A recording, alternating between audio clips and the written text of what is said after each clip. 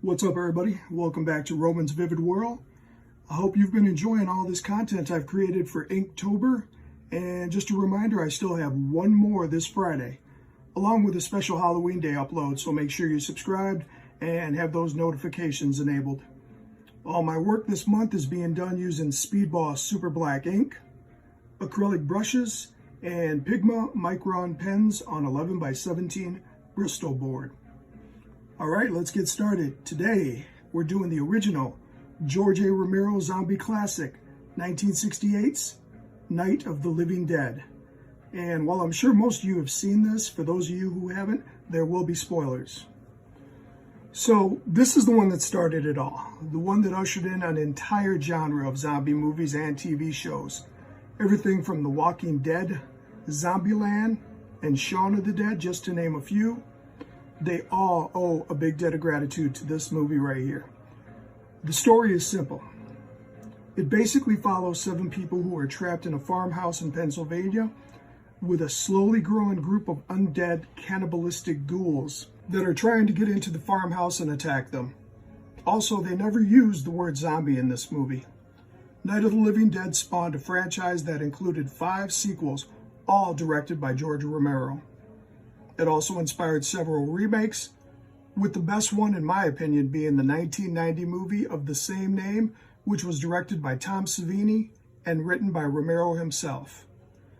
Now, back in '68, this movie premiered at the Fulton Theater in Pittsburgh, but nationally, it was shown as a Saturday afternoon matinee, which was very popular back then and always drew a crowd of young children who were able to purchase tickets because this was before the MPAA film rating system.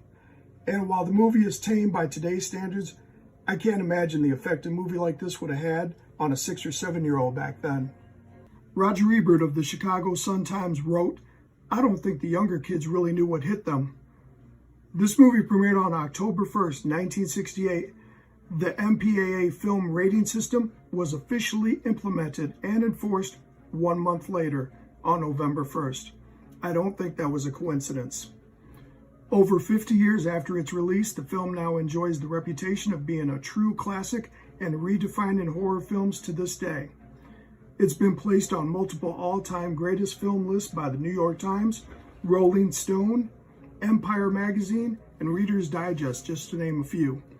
The Library of Congress added it to the National Film Registry in 1999, and in 2001, the film was ranked number 93 by the American Film Institute. In 1986, Hal Roach Studios released a colorized version, giving the zombies a pale dark green skin color. Another colorized version appeared in 1997, done by Anchor Bay Entertainment, which gave the zombies a different shade of gray. And in my opinion, it's not much different than the original look, and I definitely prefer the black and white version as intended by Romero and co-writer John Russo. But in 1999, John Russo released a modified version called Night of the Living Dead, the 30th Anniversary Edition, in which he filmed additional scenes and recorded a revised soundtrack, saying he wanted to give the movie a more modern pace. As an artist, when watching this, I'm always amazed by the strong contrast between darks and lights. All the shadows seem to be just in the right place, giving the whole movie such a strong, surreal tone.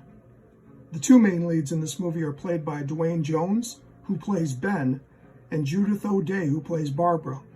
And one of the most iconic and famous quotes in the movie comes when Barbara and her brother Johnny, played by Russell Striner, are visiting a graveyard. Johnny starts taunting and teasing Barbara, chanting, "They're coming to get you, Barbara." Unfortunately, Romero passed away in 2017, but his legacy will undoubtedly live on. And one obscure thing I remember vividly about him is playing Call of Duty with my kids, where he played a boss you had to defeat in a special map, ironically named Call of the Dead. For this painting, I wanted to capture a scene where Ben, played by Dwayne Jones, is trying to hold back a horde of zombies from breaking through a boarded up window. Okay, for my next video, I plan on doing something involving a chainsaw, and in the horror film genre, that's pretty broad. You'll just have to stay tuned. See ya.